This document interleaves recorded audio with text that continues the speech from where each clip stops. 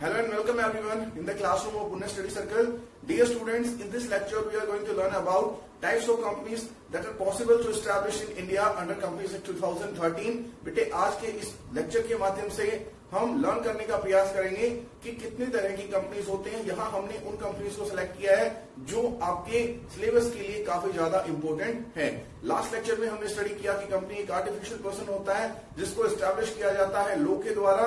इसका एग्जिस्टेंस इसके ओनर से सेपरेट होता है, मतलब स्वामी और कंपनी अलग अलग होते हैं। कंपनी का जो अस्तित्व है वो स्थायी होता है, मतलब सदस्यों के आने जाने का उस पर कोई भी प्रभाव नहीं पड़ता। और कंपनी अपनी एग्जिस्टेंस को किस प्रकार से अपरेंट करती है, किस प्रकार से प्रूव करती है, by using its common seal, और इसकी जो सर मुद्रा होती है उसको अंकित करके कंपनी अपनी प्रेजेंस को लोगों को दिखाती है। Yes that I am company, I am taking this decisions on the basis of my behalf only. चाहे वो डिसीजन बोर्ड ऑफ डायरेक्टर्स के द्वारा ही लिए जाते हैं या एनुअल जनरल मीटिंग्स में ही लिए जाते हैं। अगर कंपनी की सर मुद्रा, उसकी जो स्टैंप है वो डिसीजन के ऊपर सुपर इम्पोज नहीं की गई है, तो उस डिसीजन को कंपनी के द्वारा लिया गया निर्णय नहीं माना जाता है। आज हम जानने का प्रयास करेंगे हमारा जो कंपनीज एक्ट 2013 है उसके अंतर्गत कितनी प्रकार की महत्वपूर्ण कंपनीज हमारे को बताए गए हैं, किस तरह की कंपनीज हम भारत में एक्सपीरियंस कर सकते हैं। आइए स्टार्ट करते हैं। सबसे पहले बात करते हैं कंपनी की जो परिभाषा दी गई है companies act 2013 section 2 sub section 20 के अंदर।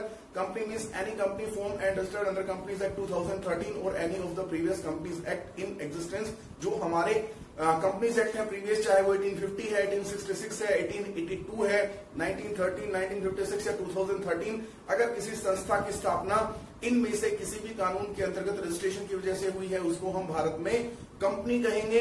काफी सारे देश ऐसे हैं जहां पे कंपनीज को ज्वाइंट स्टॉक कंपनी भी बोला जाता है। हमारे देश में भी बोला जाता था बिफोर 1956।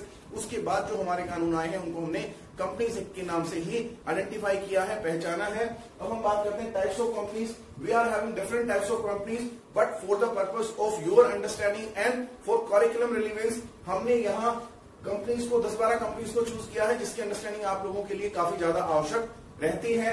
पहला है हमारी प्राइवेट कंपनी, निजी कंपनी आप इसको बोल सकते हो। फिर पब्लिक कंपनी, सार्वजनिक कंपनी, गवर्नमेंट कंपनी, सरकारी कंपनी, फॉरेन कंपनी, विदेशी कंपनी, होल्डिंग कंपनी, नियंत्रक कंपनी, सब्सिडरी कंपनी, सहायक कंपनी, एसोसिएट कंपनी, संबंधित कंपनी। फिर बात करते हैं ओपीसी, 1 पर्सन कंपनी, एक व्यक्ति कंपनी, स्मॉल कंपनी, छोटी कंपनी, गवर्नमेंट कंपनी, सुषुप्त कंपनी, ऐसी कंपनी जो अपने व्यवसायिक कार्यों को इफेक्टिवली परफॉर्म नहीं कर रही है, मतलब उसके जो क्वांटम ऑफ ऑपरेटिंग वर्क्स है वो इनसिग्निफिकेंट है, मतलब व्यापार का जो उसका स्टेटस है वो गवर्नमेंट है वो काम नहीं कर पा रही है किसी वजह से, या तो उसका प्रोजेक्ट डिले हो गया है या फिर किन्हीं और कारणों से, प्रशासनिक कारणों से हो सकता है या लीगल फॉर्मेलिटीज की वजह से हो सकता है। आइए शुरू से हम स्टार्ट करते हैं। प्राइवेट कंपनी काफी इंपोर्टेंट कॉन्सेप्ट होता है, इसको आप हिंदी में निजी कंपनी बोल सकते हैं। Private company is that company which is having minimum 1 lakh rupees of paid up capital, जिसकी जो चुकता पूंजी है कम से कम 1 लाख रुपए होनी चाहिए। चुकता पूंजी से अभिप्राय उस पूंजी से है जो कंपनी ने अपने रियल ओनर से, इक्विटी शेयर होल्डर से प्राप्त कर ली है, उसके पास अवेलेबल है, उस पूंजी को चुकता पूंजी कहा जाता है। And this kind of company imposes several restrictions on its members through its article of association and memorandum of association। इस प्रकार की कंपनी से क्या कोई भी कंपनी है उसकी स्थापना कुछ महत्वपूर्ण दस्तावेजों के आधार पर की जाती है। अगर कोई कंपनी अपने सदस्यों के ऊपर कोई प्रतिबंध लगाती है उस कंपनी को हम निजी कंपनी कहेंगे। वो प्रतिबंध क्या होते हैं? ऐसी कंपनी पब्लिक से डिपॉजिट एक्सेप्ट नहीं कर सकती। The company cannot accept deposits from the public, it cannot invite public to subscribe its security, मतलब जनता को, सामान्य जनता को हम आमंत्रित नहीं कर सकते कि वो हमारी कंपनी के अंदर निवेश करे। जो हमारे इक्विटी शेयर्स हैं या प्रेफरेंस शेयर है, किसी भी प्रकार के सिक्योरिटीज को, चाहे वो डिबेंचर ही क्यों नहीं है, पब्लिक को इशू नहीं कर सकते। cannot have members more than 200, ऐसी कंपनी में सदस्यों की संख्या 200 से ज्यादा नहीं हो सकती है। Minimum number of members required to establish a private company is 2, कम से कम 2 सदस्य होने चाहिए और अधिक से अधिक हमारे 200 सदस्य हो सकते हैं। ऐसी कंपनी को हम प्राइवेट कंपनी कहेंगे, निजी कंपनी कहेंगे अंडर सेक्शन 2 सब सेक्शन 68। फिर बात करते हैं पब्लिक कंपनी। बेटे पब्लिक कंपनी हमारी एक ऐसी कंपनी है जो निजी कंपनी नहीं है। Any company which is not a private company having minimum paid up capital of ₹5 lakh, जिसकी न्यूनतम चुकता पूंजी 5 लाख रुपए है, मतलब उसने लोगों को अंश निर्गमित करके 5 लाख रुपए प्राप्त कर लिया है, वो एग्जिस्टिंग है, उसके कैश रिजर्व के अंदर अवेलेबल है। as a chukta punji, as a paid up capital, having minimum 7 and maximum there is no limit to the members. It does not impose any kind of restrictions on its member. इस प्रकार की company अपने article और memorandum के द्वारा members के ऊपर कोई भी रिस्ट्रिक्शंस इंपोज नहीं करती है. कम से कम 7 सदस्य चाहिए किसी पब्लिक कंपनी को एस्टैब्लिश करने के लिए, and there is no limit to the maximum number of member. That means infinite सदस्य वहां पर हो सकते हैं. ऐसी कंपनी को आप under section 2 subsection 71 public company कहेंगे, सार्वजनिक कंपनी कहेंगे. फिर बात करते हैं government company. Government company is that company which is establish under section 2 subsection 45. मतलब कोई भी ऐसी कंपनी जिसका रजिस्ट्रेशन धारा 2 उपधारा 45 के अंतर्गत किया गया है. ऐसी कंपनी में कम से कम 45% इन्वेस्टमेंट हमारी owners capital is owned by the government, be the central government, state government और any of the local government. या सिंपली भाषा में आप लोग कहें कि कोई भी ऐसी कंपनी जिसके अंदर 51% या उससे अधिक जो स्वामी निवेश है वो सरकार के द्वारा किया गया है, तो ऐसी कंपनी को हम सरकारी कंपनी के नाम से जानेंगे. फिर बात करते हैं foreign company. Any company which is registered in any country outside India. ऐसी कोई भी कंपनी जिसका पंजीकरण, जिसका रजिस्ट्रेशन भारत से बाहर किसी देश में हुआ है, having its headquarter in that country called home country and conducting business in India either through corporate office और इलेक्ट्रॉनिक मीडियम.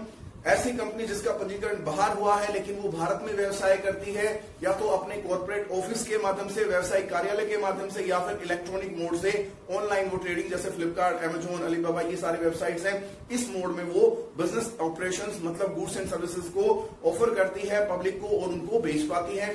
ऐसी कंपनी को आप फॉरेन कंपनी कहेंगे. फिर बात करते हैं होल्डिंग कंपनी.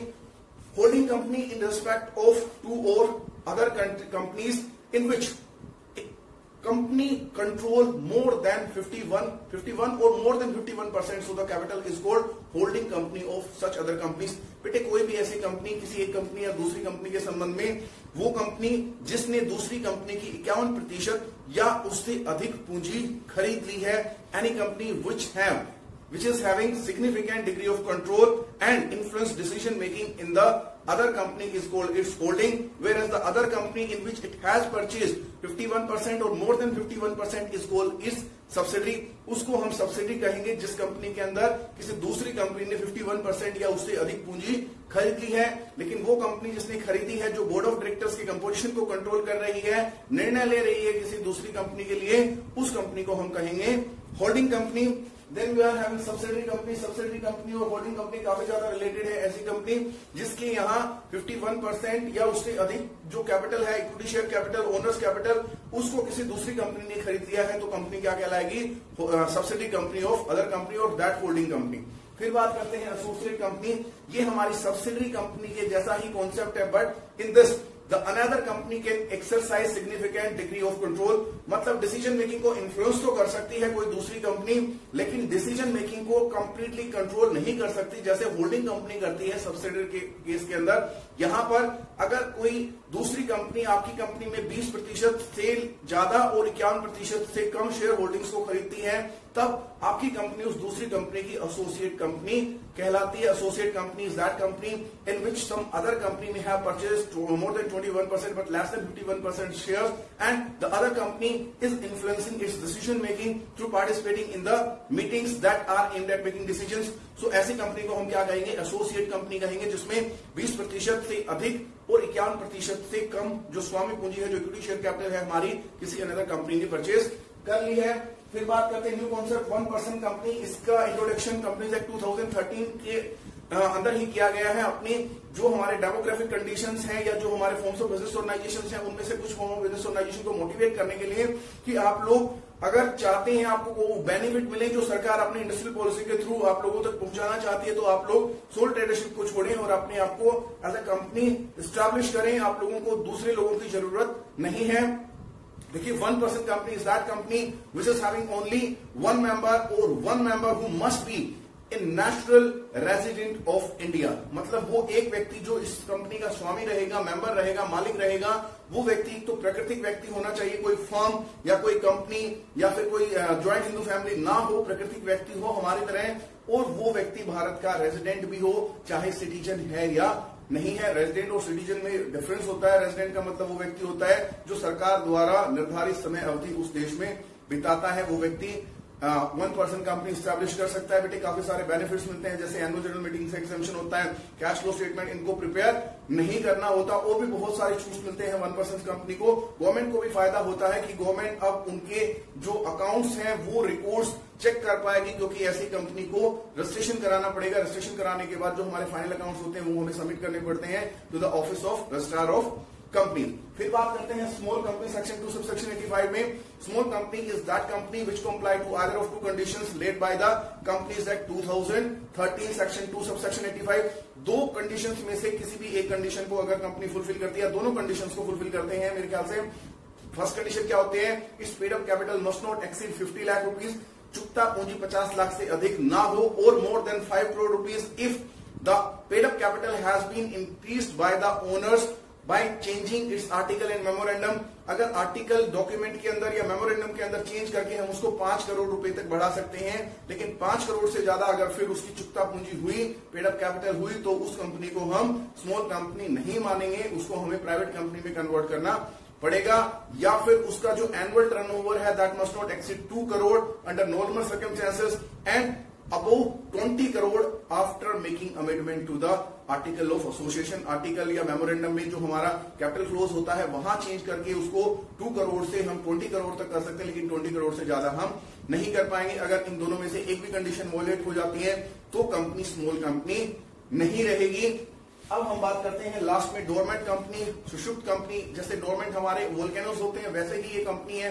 बेटे अगर किसी कंपनी की स्थापना किसी कंस्ट्रक्शन प्रोजेक्ट को इंप्लीमेंट करने के लिए की गई है, लेकिन जो प्रोजेक्ट है वो हमारा डिले हो गया है due to government approval, NGT का कोई स्टे आ गया है वहां पे, इस वजह से कंपनी जो अपने बिजनेस अफेयर्स है वो कंडक्ट नहीं कर पा रही है, buying and selling production activities conduct नहीं कर पा रही है, तो after 2 years of such span the directors have authority to apply for the dormant status so that they need not to file any kind of return to the income tax authority. अपने आप को return file करने की problem से बचाने के लिए ऐसी कंपनी डोरमेंट कंपनी के स्टेटस के लिए अंडर सेक्शन 455 के अंदर डोरमेंट स्टेटस के लिए अप्लाई कर सकते हैं। उस कंपनी को हम डोरमेंट कंपनी कहेंगे which is have not been performing the business affair at significant level over the period determined by the government through its notification under Companies Act 2013 under section 455. All these kind of companies are very important for you to understand. In our next lecture, we will be discussing about another topic of business studies. I'm sure that you must have enjoyed this lecture. If you like us, you must subscribe our channel, like our videos, share our videos, and do not forget to comment. If you want something extra from us, we want response from your side. Thank you very much for watching us, and stay safe, stay home.